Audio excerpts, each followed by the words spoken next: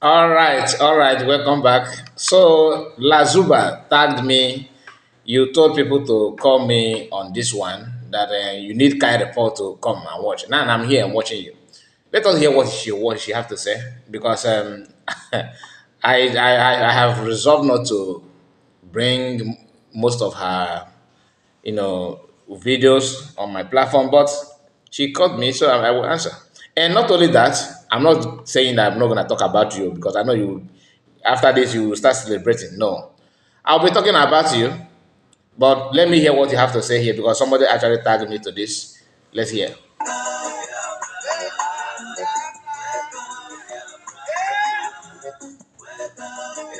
I don't have time to this your dance, you. I don't have time for that. Let me just see what you have to say. Then after welcome back to Biafra. What next? No, let's start. I think I drag it what let me hear what she said here. Let me hear what she said here.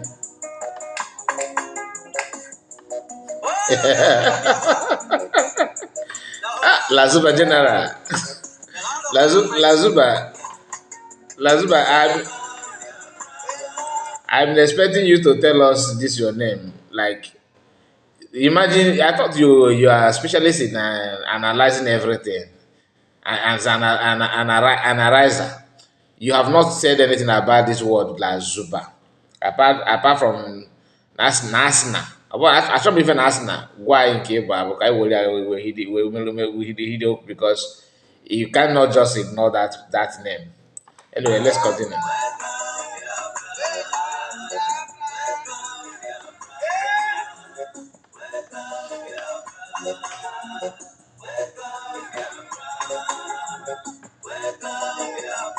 So what is it this way?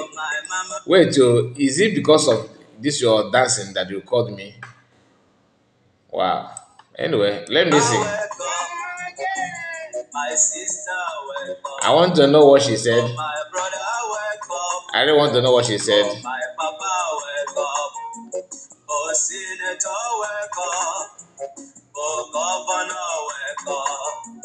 House of Representative. Let's welcome your brother. Kingdom of God on earth. Wow. Kingdom of God on earth. Welcome your brother. Okay, then this is the reason why I received this. Lazuba. Lazuba, I don't know what's your problem with me anyway. But I just want to. So after attacking Kai Television, what next?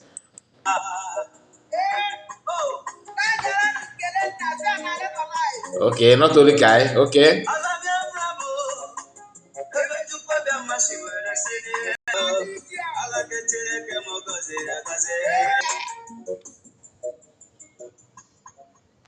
Wow, okay. Umaja.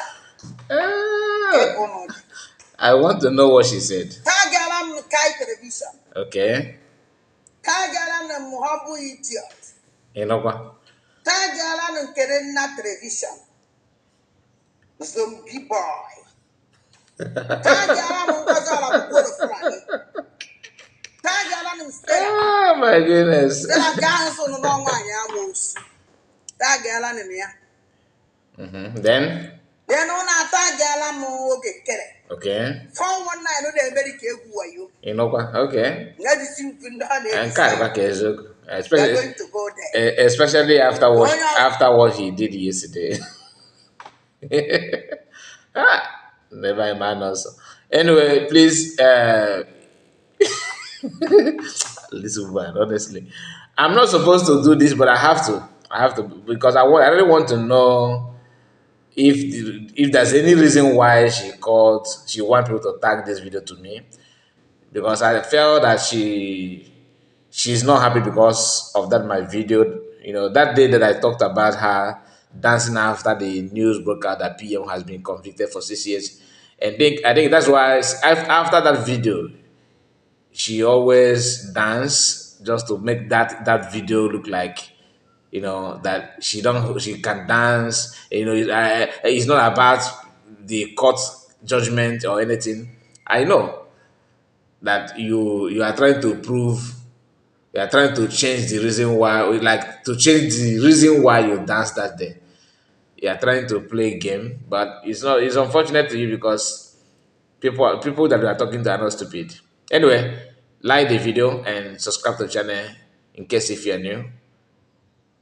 Unu ya tag kpaziri m. Problem of analyze. Tag along all this rubbish here. Ada rubbish. Tag ya. All of them. And here one Kai rubbish. And the guapa kelena nonsense. And the guapu idiot. Have you ever heard of all these criminals? Which ya?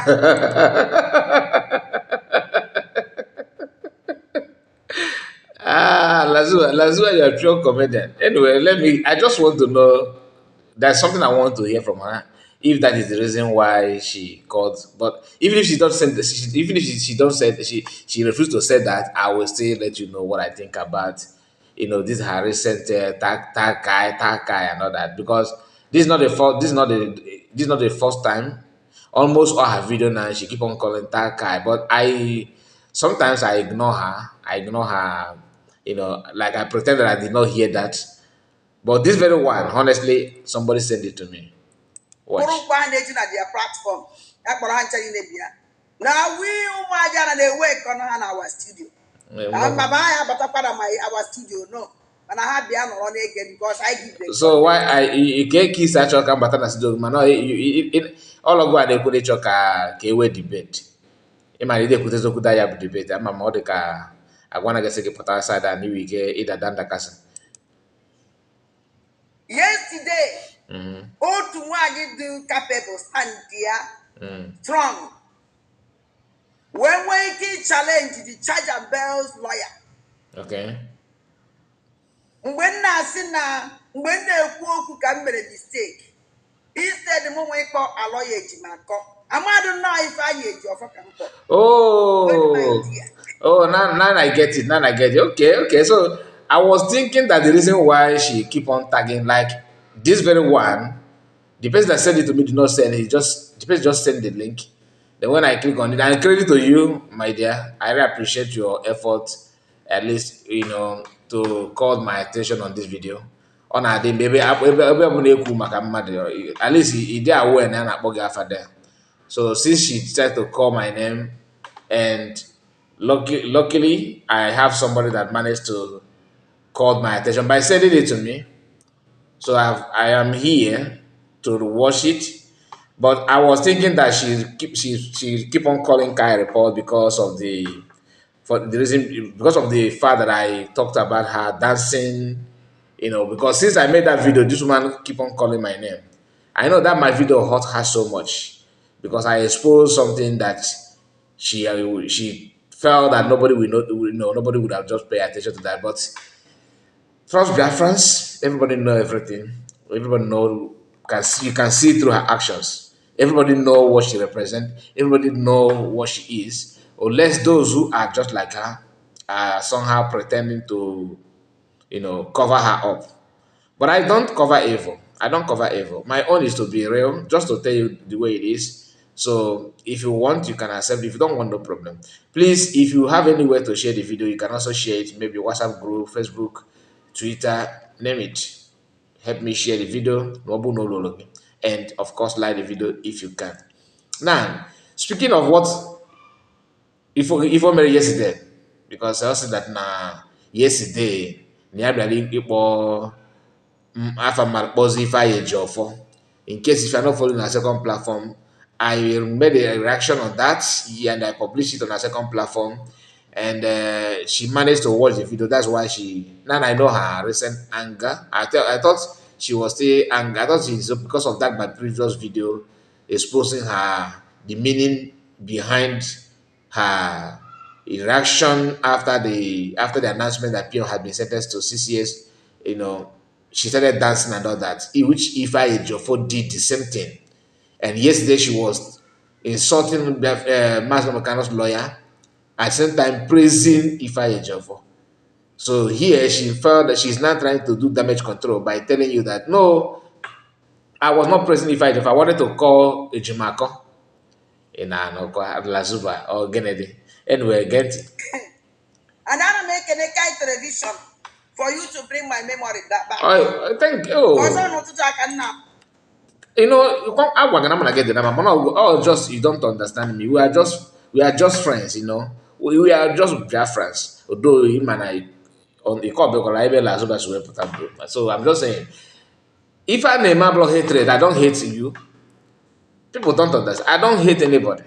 But if I hate your character does not mean that I hate you.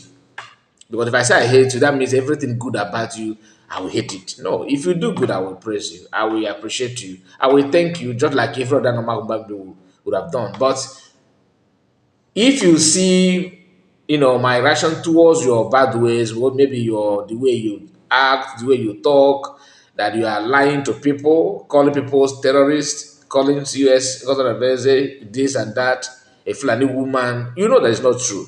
And if I speak about it, you think that I hate you. I don't hate you. So I'm happy that you realize now that I actually, help you to reshape or reconnect your memory to make your brain to be at work because you said that those things. Now, so at least ịmatago na no ife m na mmadụ dara ada okwu mmadụ onye dagoro ada okwu ịdọrọ bam na platform gị you don't even agree. I remember the day you and the Eggman Maazị Akwa was playing CS video. Unu na-repeat ya ka ịma ma ọ mistake o mere there. Na-repeat go, repeat, carry and all that. So I thank God that you appreciate what I did, that I did not even insult you. I just remind you that you are praising Ify Ejiofor. And not only praising Ify Ejiofor, you are, trying to talk down on every other person representing Mazamukani because I don't think we Fiji against Maswell. I'm not fan to Maswell. I'm not Maswell's fan at all. I'm not Maswell. I'm not his fan because he was the one pushing Mazamukani to condemn PM publicly, if you can remember. He was the one pushing Mazen Nagano. Oh yeah, if not that Ejimako was there and shown that, and that was why since that time DOS have been tackling Ejimako Luduru Mata. Guragu used that as a yardstick that if Mazakan did not condemn Samuel Ekpa publicly, different prime minister, that he himself that he will know that Mazakan is supporting Simon Ekberima. Remember? So you are in the midst of everything and you are pretending that you don't see that. Okay, if you even get down, I don't think so. I don't I think watch so. you for the 1880s. Come on, you make a make. Whoever be in a ebi na ebe unu na-eji psychologically rubbish unu were deceive ụmụ amoosu ndị nwere Owolo ya na deceive. We are just being real. You watch out the video. I do not. I'm not deceiving anybody. In order, I'm not. Man, the problem with you is that sometimes he made mistake. It's not like he may accept he made mistake. All that na-egwu afọ ịgba na ife that no one if because even could that yesterday that video na-ekwu okwu ya ọ dịkwa connected to that email on 1st of September. 1st of September. Today is what? Today is 19th of September. Since that day, 19 days ago, 19 to 18 days ago, you put up a young man arrive email. He coached that day. The man nọ na America nke nọ na America akwụ akwa nke ya because Eggman Maazị Akwa na-akwụwa n'Italy Obieze nọ na America na-akwụ akwa nke ya na-agwa gị sị gị na Ngozi if Simon Ekpa is a terrorist that means Ngozi is a terrorist. They should call Ngozi because both of na akwụkwọ na no CS ya na have no function na plan ya bụ terrorism. I dare you to go and watch that your video. Very easy for you to locate. Go down to your platform. I'm not saying you should play it on your platform, no, because my mom decided that we can play it again. Just on your quiet time, play that your video. Just calm down, hear yourself. Just pretend that you need a voice or program on another person. Joe Gaju.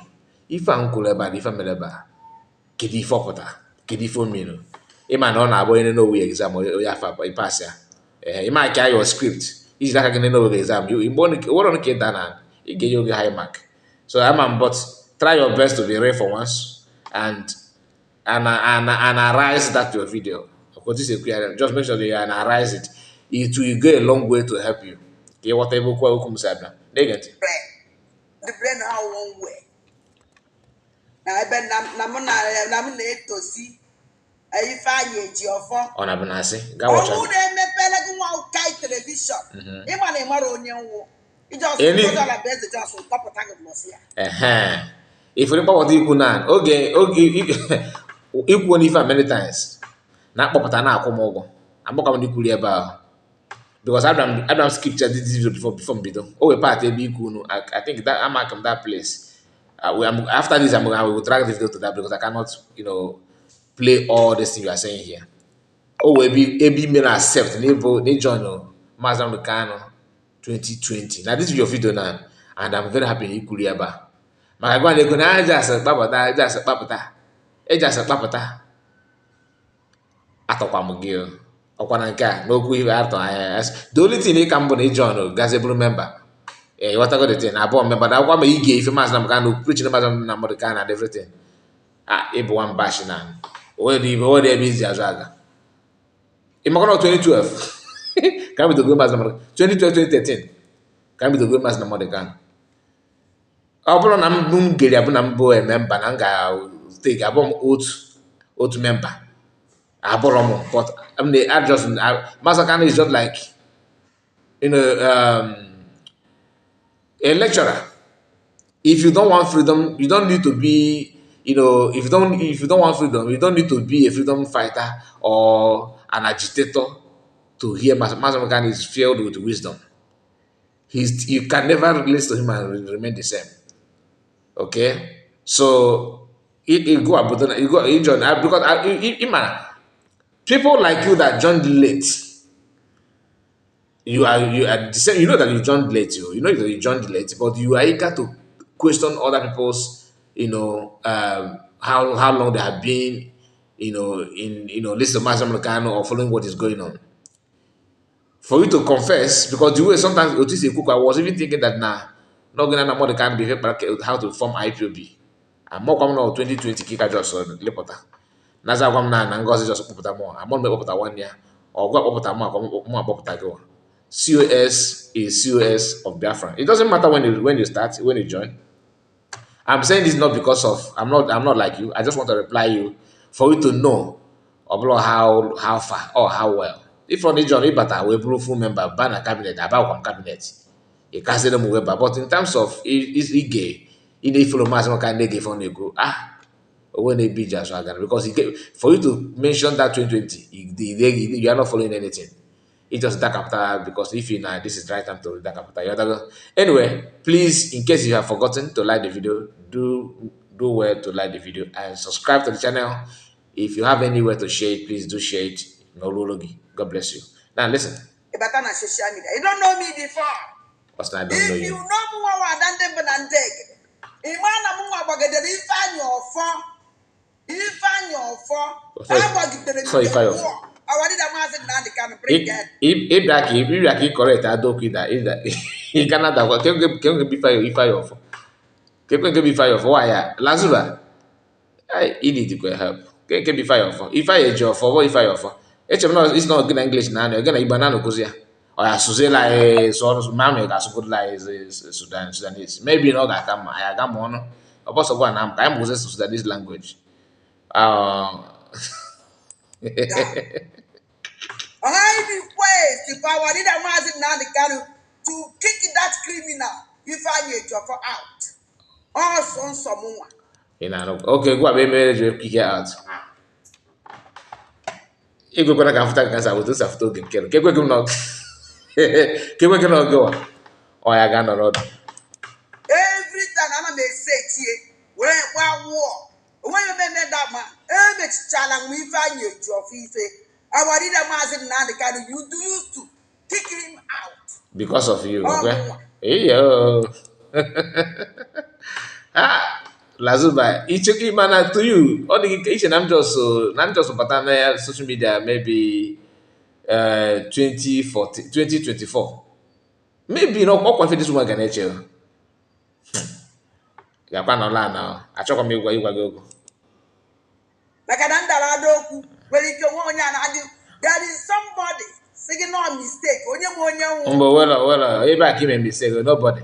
Because na video men ị na-ekwu maka ya is not I did not it's not live broadcast. It's a recorded video, just like Kotan's recording canal. So ke me na ebe also man ebe a kita na my studio na record if na record. Nobody is here. I'm alone here. Okay.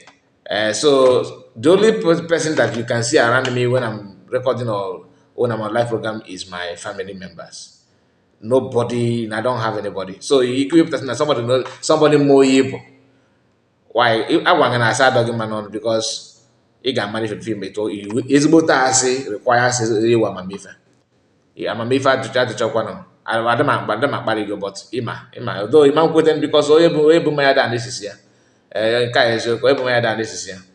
Because ndị Igbo na-asị na atọrọ mara mara atọrọ fere face n'ọfịa atọrọ gị sef ọ bụrụ na ịma sef ịma gị otu na ịma gwa na onwe gị sef ịmago na akọ na uche gị ya makwa ma iji weta akara oke isi na okwurikiri na-adị gị mma iji ịta gị na ekwurikiri akpọta ga ada kwurikiri Ma ife mụ na data ife anyị eji ọkụ oji ibi eme ọjị chebigara nwoke dara ibi imewe ihe mere n'ụwa Kai television. Let me tell you something, Kai television. This message is for you, Kai. Okay. And this message is for Kelena also. Ononabo. And they this message. Oh, na with something the very meaningful. Papa, I'm not Yareme Yakichori Konamaya. Canon. Oh, no, many one never okay. Oh, Bana family. For Quifugo. Oh, madam, Unaba.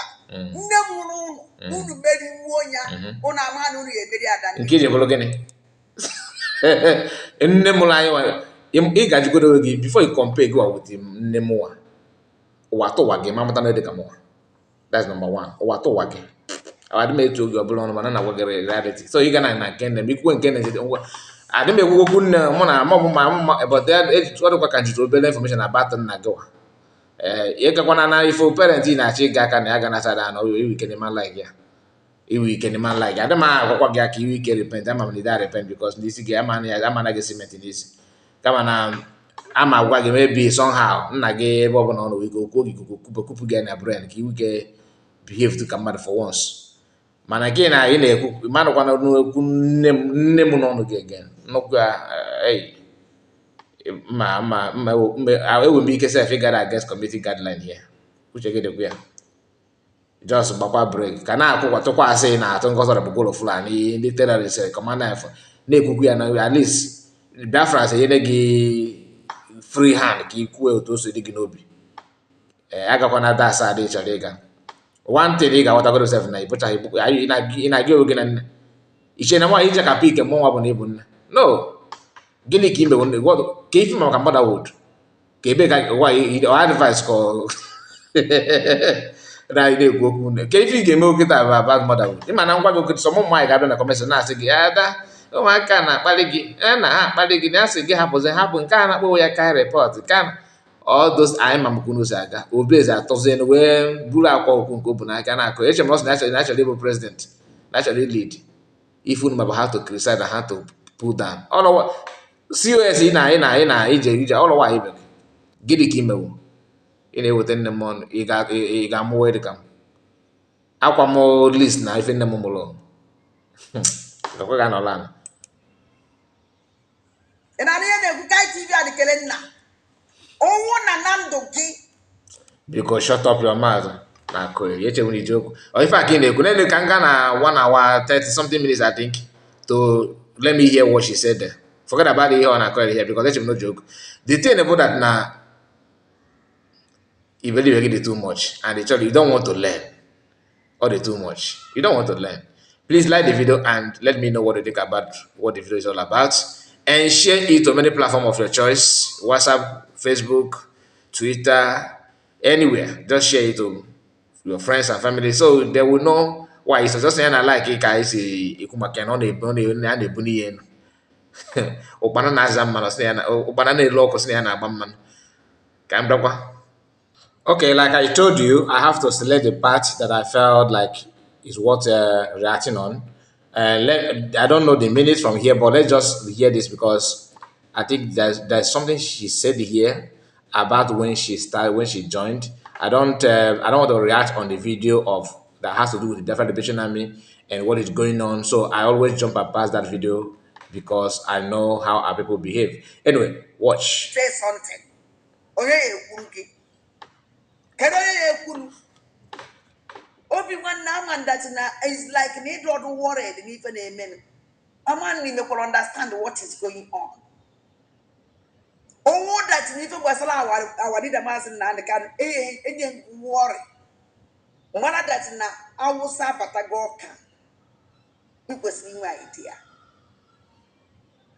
ije nne mana ndị DOS ọkwa dị charger mbe lawyer pụtara wee sị na wadida Maazị Nnamdi Kanu snow ma powerful onye yawo spokesman ọkụ ibe bakwuru ịma powerful okwugo okwu Chike dozie m okwugo okwu ị na-asị si jee na the whole destiny ndị blogger onye ndị blogger those bloggers ahụ na-afọ onye Igbo n'ime fa ichere ndị Igbo nwere time nwoke ndị Igbo enwe ọkwa time obi nwanne ife iji wepụta na social media ọkwa because of na ị chọrọ group ndị Igbo together. You know, this woman, you know, why she's attacking the lawyer for making that announcement that Master Mekano called Emma Powerless to become his spokesperson and all that. Maybe she actually wanted Master Mekano to call her to be his spokesperson. Lasuba want to be the spokesperson of Master Mekano. It's anyway. This is not the part. I don't. Like I said, I don't want to react on this one. Let me just look at that part. Okay, let's see this part. Hopefully, just a moment. Just a moment. Go will protect his land. He's talking about Master Kano because to her, I don't know what Obi-Wan said. Okay, about Master Kano because most of the people that you already know before that is in support of Master Kano, some of them are making U-turn. I don't know. Is it because of fear? I don't understand. The buy. Anyway. Which no on door and SND. How we made that only too much time. How build do security. Which than the Yoruba men. That was some euphoria. Hey, where I wanted a Master Nnamdi Kanu where to say force to up the Eastern Security Network to protect his land against the Fulani invaders. Eban Kosimeti. There's one name that can why Mumajan. Now listen. Actually, Emma. Mumma Wada more particularly. Actually, name whereby I read a Maazị Nnamdi Kanu Simeti. Because, yeah, but a why.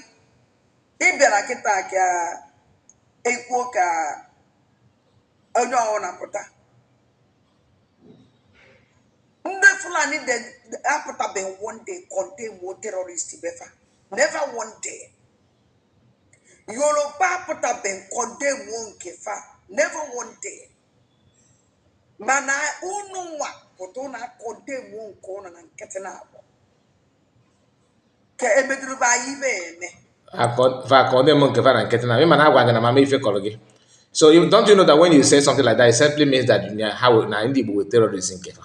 How can you compare Boko Haram and ISWAP with Igbo youth? That is a slap on our face.